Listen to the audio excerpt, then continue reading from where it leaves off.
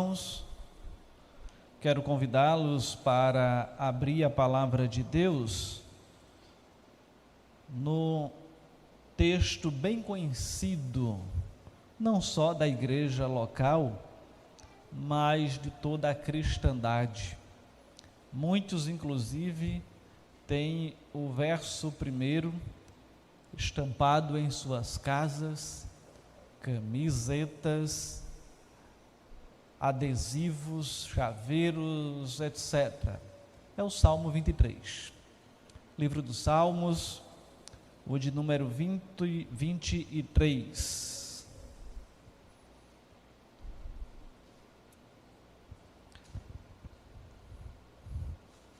Salmos 23 diz assim: O Senhor é o meu pastor, nada me faltará. Ele me faz repousar em pastos verdejantes, leva-me para junto das águas de descanso, refrigera-me a alma, guia-me pelas veredas da justiça, por amor do seu nome. Ainda que eu ande pelo vale da sombra da morte, não temerei mal nenhum, porque tu estás comigo, o teu bordão e o teu cajado me consolam. Preparas-me uma mesa na presença dos meus adversários, unges-me a cabeça com óleo, o meu cálice transborda.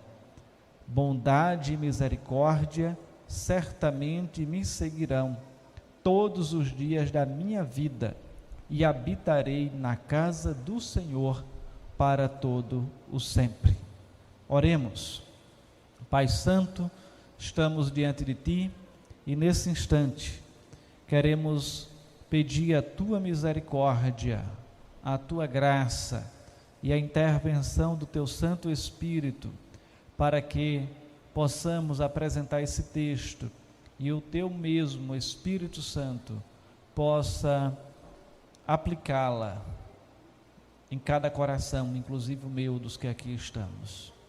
E nisso Teu nome seja honrado, sejamos edificados e assim saiamos daqui como discípulos que servem ao Senhor, para discipularmos tantos outros a seguir também os passos de Jesus. No nome do Teu Filho amado, oramos. Amém. Irmãos, este salmo davídico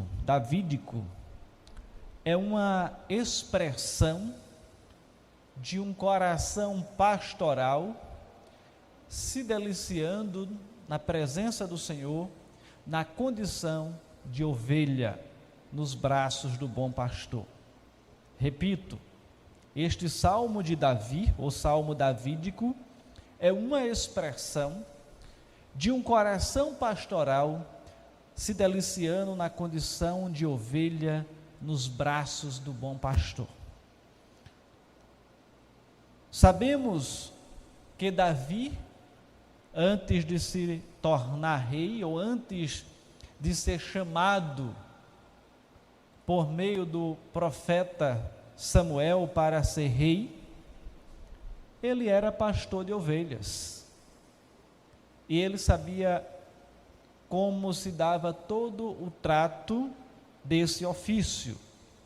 E agora podemos imaginar Davi cantando essa pastoral incomparável, com um coração o mais cheio de alegria possível, ou quem sabe sendo este salmo produto de um certo tempo, quando ele em sua mente contempla os riachos de água solitários que ondulavam entre os pastos do deserto, onde nos primeiros dias ele costumava habitar. Imaginemos Davi relembrando o tempo em que ele era pastor de ovelhas, e talvez ali em dado momento, quando a ovelha se distanciava, ele iria lá, pegava, cuidava dela, trazia de volta e colocava nos seus braços, e ele agora se coloca como ovelha, também na presença do Pai Eterno. E nessa canção pode-se afirmar que a sua devoção e a sua poesia se tornam iguais perante a sensibilidade e espiritualidade que ele manifesta neste salmo, o que torna todos esses adjetivos algo inseparável na vida de Davi. E olhando para tudo isso, irmãos, nós podemos vislumbrar este salmo e propor como tema o cuidado do Supremo Pastor. O cuidado do Supremo Pastor. E olhando para o verso 1,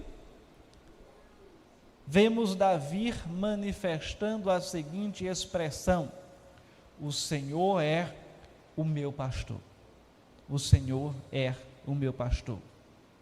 Todo descanso autêntico, ele começa com aquele que é o nosso Senhor. E quem é o nosso Senhor?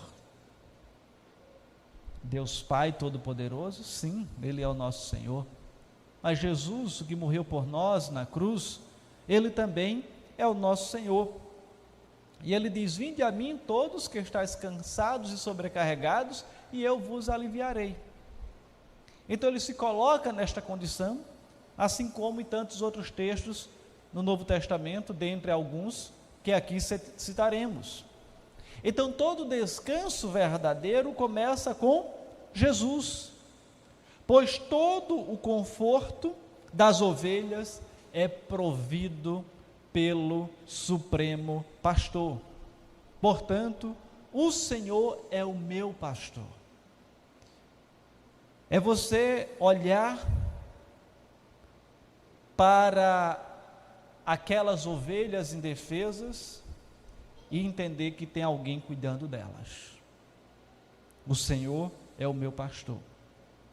E então vem a segunda parte, que vai dizer: nada me faltará. Ele providenciará o suficiente.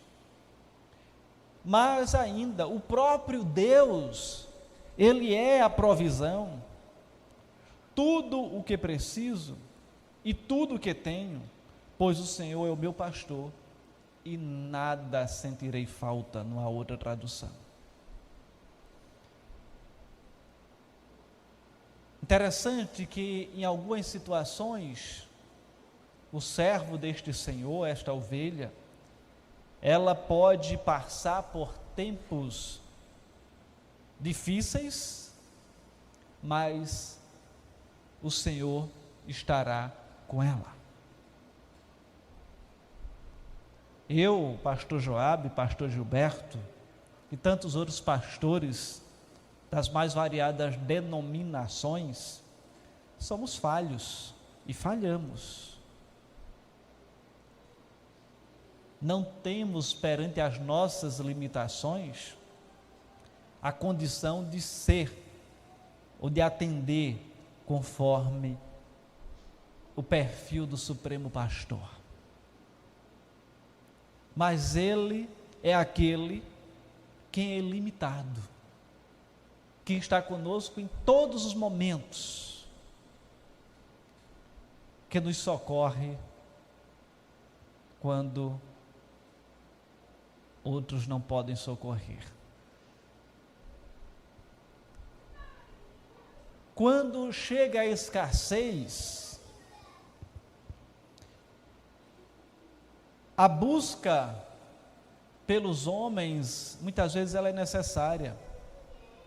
Quando encontramos Davi, em dado momento, em busca do auxílio de Nabal, para poder alimentar os seus homens. Mas, mesmo diante daquelas circunstâncias, nós vamos perceber que o Supremo Pastor, ele não tinha se afastado deles. estava ali cuidando dele, muitas vezes através do próprio Nabal. Quando chega o momento de escassez, talvez o servo do Senhor, a ovelha, ela até não tenha aquilo que ela almeja, mas por outros meios o Senhor providencia o necessário, o mínimo necessário.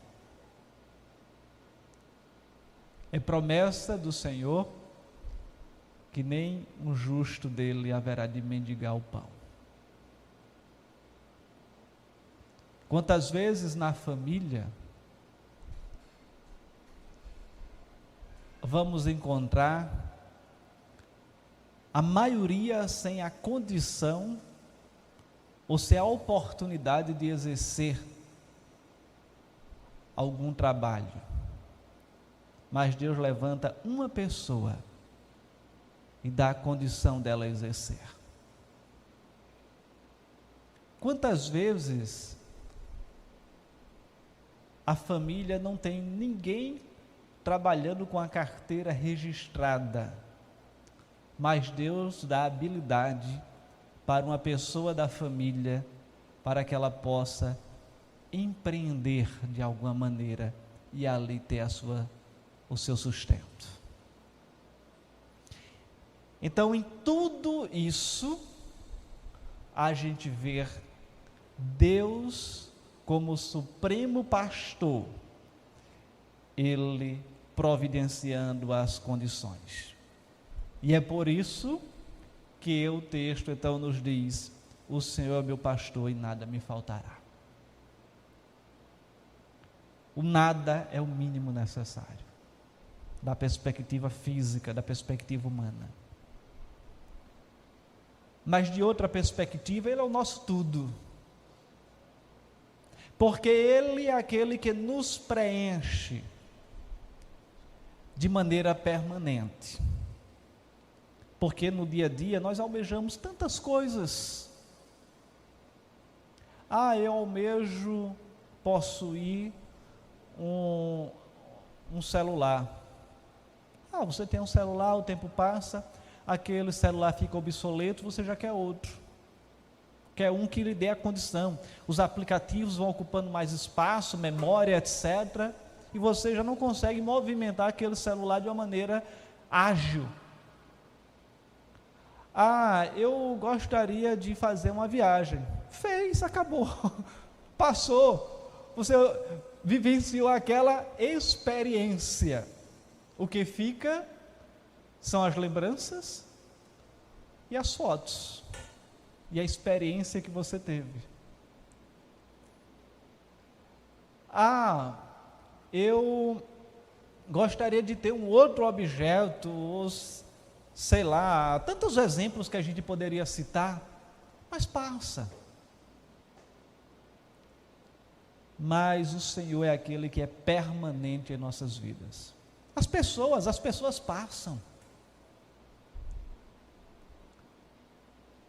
A profissão passa, tudo passa, mas o Senhor, Ele é permanente, porque Ele é o nosso supremo pastor. Quantas vezes, irmãos, muitos de nós cristãos, estamos no nosso dia a dia brigando por causa da política partidária. Lógico que tem os princípios bíblicos que precisam ser defendidos, sim, mas façamos isso mediante um debate saudável, e não com rixas,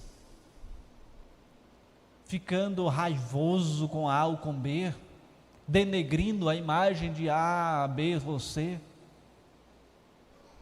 Devemos defender os princípios bíblicos de maneira apropriada e tendo todo o respeito para com o outro. Mas isso passa também. chegar um dia, à direita, esquerda, meio termo, tudo isso vai passar, mas o Senhor não passa, Ele permanece. O Supremo Pastor, Ele permanece conosco. E o que é que esse Supremo Pastor faz? Verso 2: Ele me faz repousar em pastos verdejantes.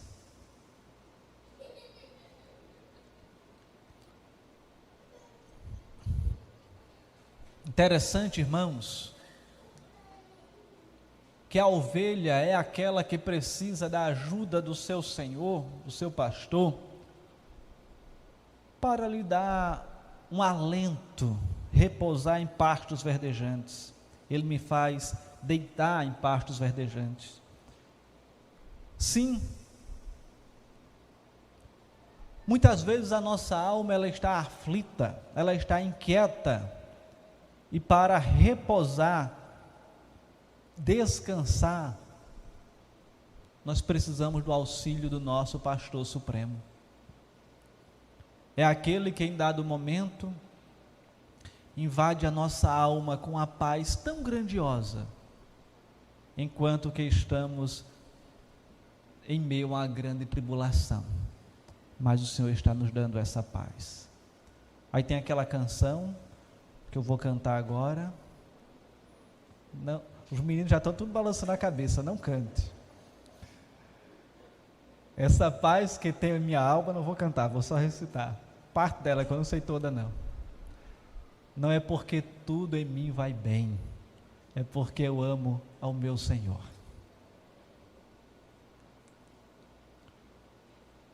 E assim, irmãos, o resto da minha alma, ela precisa descansar, ou a minha alma, né, ela precisa descansar em Deus, no pasto verdejante que Ele providencia. Aquele que fez os céus, Ele nos faz repousar e realmente descansar na sua presença. É quando, no momento de tribulação,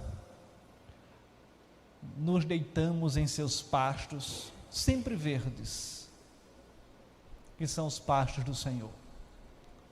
Não sei se você já teve a experiência, eu já tive, de você chegar num campo, digo zona rural, aquela grama verdinha, baixinha, e você se deitar naquela grama e ficar contemplando a natureza. É uma experiência fantástica. E é a ovelha se deitando no pasto verdejante. O Salmo prossegue dizendo: Ele me faz repousar em pastos verdejantes e me leva para junto das águas de descanso. Primeiro a contemplação me faz deitar, depois a atividade me leva. Também há progresso e há provisão para o nosso avanço no caminho como ovelha. Ele me leva às águas da quietude, não pelas correntes turbulentas, nem pelo lugar conflituoso, mas para aquelas águas tranquilas. Você já imaginou aquele rio em que tem uma parte dele que é mais pedregoso ou pedregosa, e ali a água fica naquele turbilhão, criando ondulações, e a depender dali até oferece risco, a depender da quantidade de água que esteja naquele turbilhão. Mas por outro lado, tem alguma área ali que a água é uma água limpa, corrente, mas bem tranquila, sem correnteza forte, sem turbilhões. Não é uma área atribulada, e ali quem se achegar pode usufruir de maneira plena daquele ambiente. E é desse ponto de vista que o texto diz que o Senhor, o pastor, o supremo pastor, ele leva para junto das águas de descanso. E ele traz o quê? Refrigério para a alma, é o que diz o verso 3. Ele pode fazer isto de uma só vez, restaura, refrigera, traz o descanso. Ele é o Deus restaurador, ele traz aquela tranquilidade, aquela paz para a nossa alma. Quantos não são os instantes que, em face das circunstâncias da vida, eu e você ficamos com a alma inquieta, aquela sensação de que estamos na praia, em pleno meio-dia, descalço, pisando na areia quente. Você quer sair dali correndo, procurando uma sombra ou um pouco d'água para refrigerar os seus pés. E quando o Senhor traz refrigério para a nossa alma, é justamente essa paz, essa tranquilidade, esse alívio que Ele dá para nós. Prossegue o texto: guia-me pelas veredas da justiça por amor do seu nome. Ou seja, me conduz pelos caminhos da justiça por causa do seu nome. E ainda que eu ande pelo vale da sombra da morte, não temerei mal nenhum, porque tu estás comigo. O teu bordão e o teu cajado me consolam. Quem é que nos conduz, irmãos, mais uma vez aqui? Conduziu até a água, refrigerou a alma, e agora me conduz pelos caminhos da justiça, por amor do seu nome. Então o Senhor é aquele que nos aponta o caminho, mediante a sua palavra, diz: olha, o caminho a seguir é esse. E mediante o Espírito Santo habitando o coração do crente, ele também vai guiar por esse caminho que ele mesmo apontou. Ele disse: olha, você sabe o caminho, e o Espírito Santo vai incomodar, vai alertá-lo quando você estiver desviando desse caminho. Você já passou pela experiência de quem está pronto para cometer um pecado e alguma coisa acontece para impedir de você cometer aquele pecado? E o Espírito Santo nos traz a consciência disso, dizendo: olha, eu estou impedindo, você vai se quiser, se for teimoso vá, mas você está em desobediência. E esse é um exemplo, uma situação em que o Senhor, Ele nos guia pelo caminho da justiça, como se pegasse na nossa mão e dissesse: não é por aqui não, vamos por esse outro lado.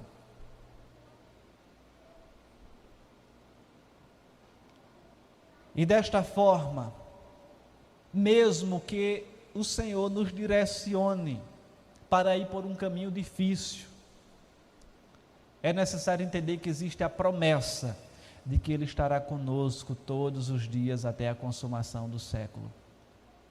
Nós mencionamos isso hoje de manhã na escola dominical, esse texto também. Então, quando o texto fala: ainda que eu ande pelo vale da sombra da morte, não temerei mal nenhum. Embora a sombra da morte paire ao meu redor e ameace o meu espírito, embora eu tenha a sensação que vou morrer e não aguente mais a provação atual, sim, embora eu ande por este caminho, ele diz: não temerei mal algum, porque tu estás comigo. Se você tem a convicção, irmãos, se temos a convicção que estamos andando pelas veredas, ou seja, pelo caminho da justiça, e que o Senhor nos guiou por ali, ainda que esse caminho seja difícil, que ofereça até o risco de morte, mas é apenas o risco. Porque eu vou estar com o Senhor e Ele vai estar comigo. E mesmo que tenha a morte física, mas não tenha a morte espiritual. Porque o Senhor já nos livrou da morte espiritual pelo sacrifício de Jesus Cristo lá na cruz.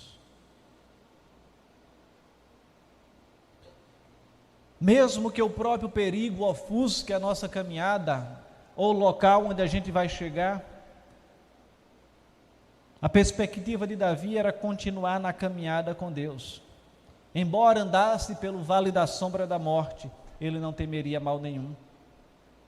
Não existe, portanto, o voltar, mesmo em face da dificuldade, em face do risco. Muitas vezes sentimos medo, faz parte do sistema de alerta do ser humano. Mas muitas vezes, irmãos, sentimos mais medo pelo próprio medo do que por qualquer causa real do medo. Lembra daquela história de criancinha? Eu estou com medo do bicho embaixo da cama. Qual é o bicho que está embaixo da cama? Não tem. Mas é o medo pelo medo que faz a criança colocar os pés logo em cima da cama e ter esse medo, essa sensação de que algo vai lhe pegar. Mas muitas vezes o medo real ele não existe, ou o perigo real ele não existe, é apenas uma sensação. E o entendimento de Davi, a segurança de Davi, era porque o Senhor estava com ele. Uma ovelha, ela não deve ter medo quando está com o seu pastor supremo. O seu pastor supremo está cuidando dela. Esse pastor é onisciente, onipotente e cheio de cuidado para com ela. O texto ainda diz: o teu bordão e o teu cajado me consolam. O teu bordão, ou a tua vara, numa outra tradução, é a vara da correção, que é necessário ela ser aplicada às nossas vidas para nos alertar do caminho que por acaso estejamos nos desviando. A ovelha está indo por um caminho e o Senhor bate aqui com a vara do lado dela: venha para cá, esse caminho está errado, o caminho é esse. Ou então, por alguma razão, ela cai, aí tem agora o cajado, tem o outro lado, aquela curva, pega no pescoço da ovelha e consegue resgatá-la. Então é dessa perspectiva, o Senhor é aquele que tem cuidado de nós, e nós precisamos depender dele diariamente. O verso seguinte eu acho fantástico, o 5: preparas-me uma mesa na presença dos meus adversários, unges-me a cabeça com óleo, o meu cálice transborda. Olha o contexto que Davi coloca aqui. Há uma batalha em andamento, há inimigos por toda parte, e você geralmente não tem mesas colocadas na hora da batalha, tem? Você come ali num saco que tiver só para não passar fome. Mas Deus mantém o seu povo tão calmo, em meio à tribulação, em meio à batalha, tão confiante na vitória, que mesmo na presença de seus inimigos, uma mesa se espalha com todo o estado de um banquete real. Olha o que diz o texto: preparas-me uma mesa na presença dos meus adversários. Então ali os adversários estão guerreando, querendo lhe destruir. Mas, o que é que ele faz? Diz: o Senhor, ele está aqui, preparou uma mesa bonita, tipo aquela do casamento de Silas, e ali começou a ornamentar, a colocar a entrada, um tipo de cardápio, o prato principal, outra a sobremesa, tudo aquilo que é digno não de um jantar daqueles que nós fazemos na nossa casa ou vamos para certos restaurantes, mas um banquete, um jantar digno da realeza. É tipo aquele que os talheres são de ouro, pratos de prata, a comida mais requintada possível,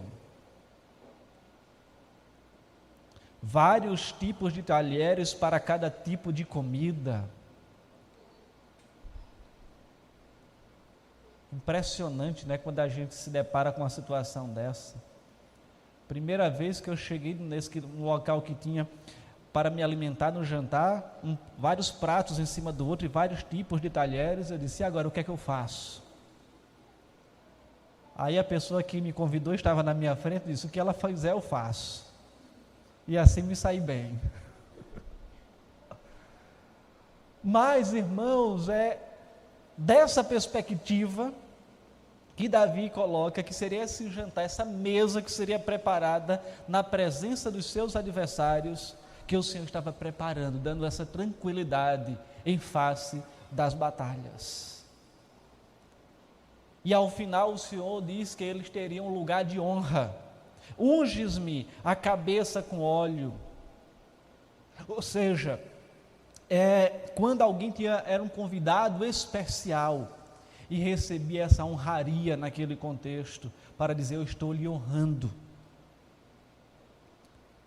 E chega o final do verso 5, que vamos encontrar aqui a fartura: o meu cálice transborda. É a abundância que o Senhor providencia para os seus em dado contexto. Mesmo em face da adversidade, Ele vai trazer a paz necessária, o cuidado necessário, porque Ele é o supremo pastor. Ao final, verso 6,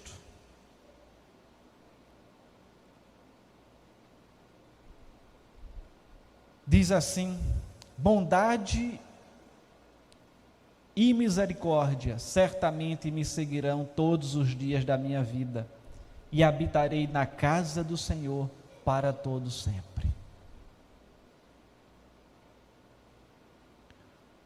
Um determinado pregador já disse que aqui está um príncipe do sangue real do céu com a presença de 2 guarda-costas, a bondade e a misericórdia, que ficam bem atrás dele. Se não me falha a memória, isso foi usado pelo príncipe dos pregadores, Spurgeon. E estes são aqueles, então, princípios, bondade e misericórdia, que certamente me seguirão todos os dias da minha vida. São atributos de Deus, comunicáveis também conosco, mas que tem eles em intensidade. Bondade, para que o Senhor venha agir na sua providência em nossas vidas, e misericórdia, para perdoar os nossos pecados. A bondade e a misericórdia nos seguirão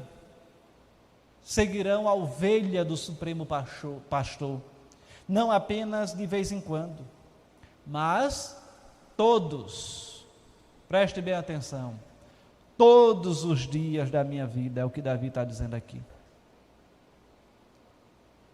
Quando seja no inverno ou no verão, na chuva ou na seca, em Recife ou no sertão, no litoral ou no sertão, em qualquer lugar, irmãos, e em qualquer dia, e em todos os dias, a bondade e a misericórdia do Senhor, ela segue a ovelha do Supremo Pastor.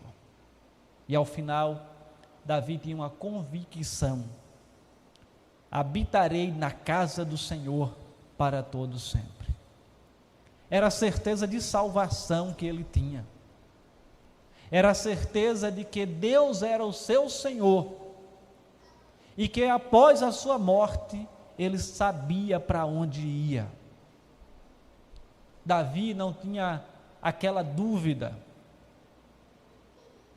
se Deus quiser, Ele me coloque em um bom lugar. Não, ele tinha convicção e sabia para onde ia. E todos nós temos que ter essa convicção. A convicção é: se eu morrer hoje, agora, eu sei para onde eu vou? A gente precisa ter essa convicção que em Cristo Jesus nós vamos morar com Ele na morada eterna, celestial, porque habitaremos na casa do Senhor para todo sempre. Mesmo enquanto eu estiver aqui neste mundo, nós não seremos mais um estranho, seja aqueles que creem em Cristo, ou um convidado, mas como uma criança na casa, habitando com Deus, e pouco a pouco se sentindo mais amplo nesta casa, ou mais à vontade nesta casa, dizendo: habitarei nesta casa para todo sempre. E assim, irmãos, nós somos desafiados a sermos ovelha do Supremo Pastor, a confiarmos nele, a repousarmos nos seus pastos verdejantes, a nos deixarmos ser levados para junto das águas de descanso, refrigerando a alma mediante a sua providência. E mesmo no vale da sombra da morte, mesmo nos momentos mais difíceis da nossa existência, não temer por onde o Senhor tem nos enviado, porque são caminhos de justiça. E entender que Ele está conosco todos os dias. E que mesmo nos momentos em que a gente tenta, pela nossa fraqueza, ir para um lado ou para o outro, ou quando caímos, o Senhor, e quando estamos nos desviando, Ele com a vara deles: olha, por aqui, minha ovelha, esse é o caminho. Para a ovelha. Se não for ovelha, a história é outra. Caí, vou sustentá-lo, vou levantá-lo. E mesmo nos momentos de maiores tribulação, ou maiores tribulações, o Senhor prepara um lugar especial, um espaço especial para aqueles que são os seus servos. Pode não ser talvez o local que a gente gostaria de estar, mas é o local que o Senhor sabe que precisaríamos estar para cumprir a vontade dEle. E ter essa certeza de que a bondade, a providência do Senhor nos acompanhará, a sua misericórdia também para nos perdoar os pecados, e a convicção de que habitaremos com o Senhor para todo sempre. Que o Senhor nos abençoe, seja gracioso para conosco e nos dê a condição de continuarmos meditando durante esta semana nestas palavras, neste salmo que estudamos nesta noite. Vamos entoar mais uma canção ao Senhor.